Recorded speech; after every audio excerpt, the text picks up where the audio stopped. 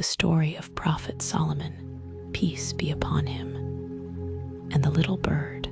One day, Prophet Solomon, peace be upon him, was traveling with his army across a plain. Suddenly, his eyes fell upon a very small bird, carrying a grain. With great effort, moving from one place to another, Solomon stopped and watched it carefully.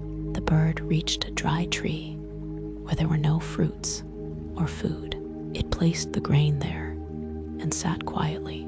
Prophet Solomon was surprised and asked, "O little bird, why do you leave your grain in a place where there is nothing?" The bird replied, "O prophet of Allah, inside the trunk of this dry tree lives an ant whose legs are broken and it cannot search for food.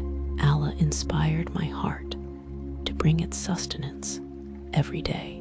Solomon, peace be upon him, asked, "And what if one day you forget or do not come?"